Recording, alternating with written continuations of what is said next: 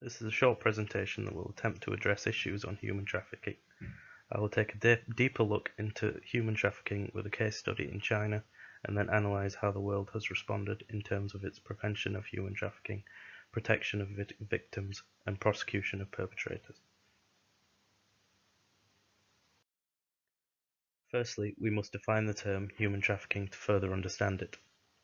The definition of human trafficking by the United Nations Office on Drugs and Crime is split into sections. Within this definition is the three elements that make up human trafficking: the act, the means, and the purpose. The official definition is the recruitment, transportation, harboring or receipt of persons by means of the threat or use of force or other forms of coercion or abduction, fraud, of deception, of the abuse of power or of a position of vulnerability, or of the giving of or receiving of payments or benefits to achieve the consent of a person having control over another person for the purpose of exploitation. Exploitation can range from forced labor to prostitution and even the removal of organs for sale.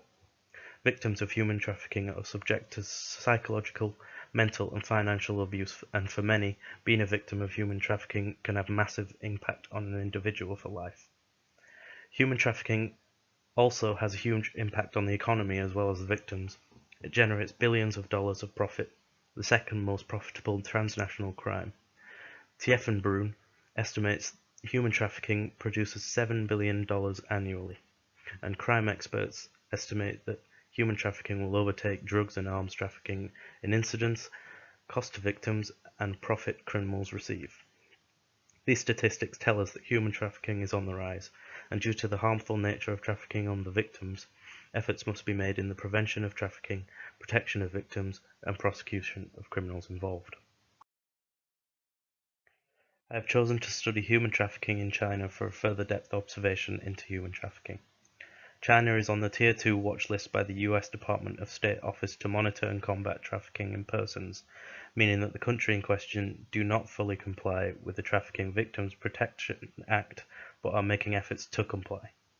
In China, women are purchased for such reasons as forced marriage or sold for such reasons as a preference for male children. The roots of human trafficking in China are based around the one-child policy, restricting families from having more than one baby each. This reduces the chances of families having a male child, thus families may get rid of female babies if they are unwanted. It is estimated 250,000 are trafficked within China. 90% of these are poor women and children. Men are also trafficked largely for the purposes of forced labor in coal mines and factories. Zheng claims that factors such as gender imbalance, poverty, and wedding costs are the main causes of forced marriages in China.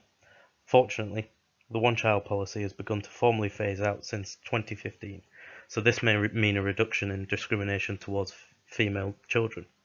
Yet it can be argued that these discriminative ideas against women are embedded in a highly patriarchal Chinese society.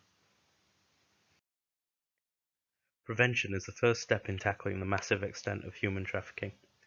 Stop the Traffic are a global organization made up of activists dedicated to raising awareness of trafficking and making political steps in stopping it.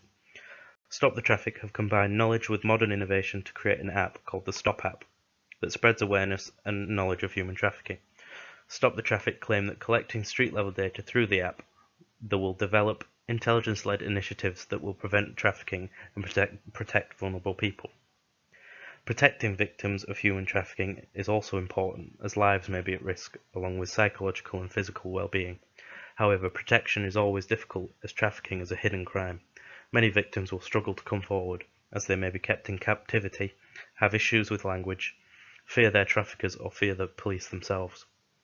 The Blue Campaign outlined the difficulties in identifying victims of human trafficking, as not all the key indicators listed, such as showing signs of mental and physical abuse or dehydration, are needed to mean that human trafficking is taking place, and at the same time the indicators are not proof of human trafficking.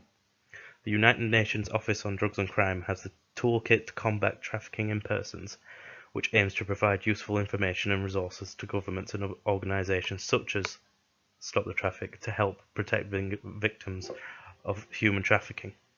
They also report to be careful in identifying trafficking victims and referring them to the correct help due to the dangerous situation victims often find themselves. Prosecuting human traffickers is incredibly important. Criminals must be brought to justice, and victims will feel safer knowing that their traffickers are dealt with. The United Nations Office of Drugs and Crime aims to strengthen the criminal justice system to have greater conviction rates in human trafficking globally. In order to increase the effectiveness of countries' criminal justice systems, the correct training and awareness must be provided worldwide. The United Nations Office of Drugs and Crime has also assisted in creating government legislation related to human trafficking in various countries such as Lebanon and Armenia. Other steps have been made, such as raising police wages to counteract bribery.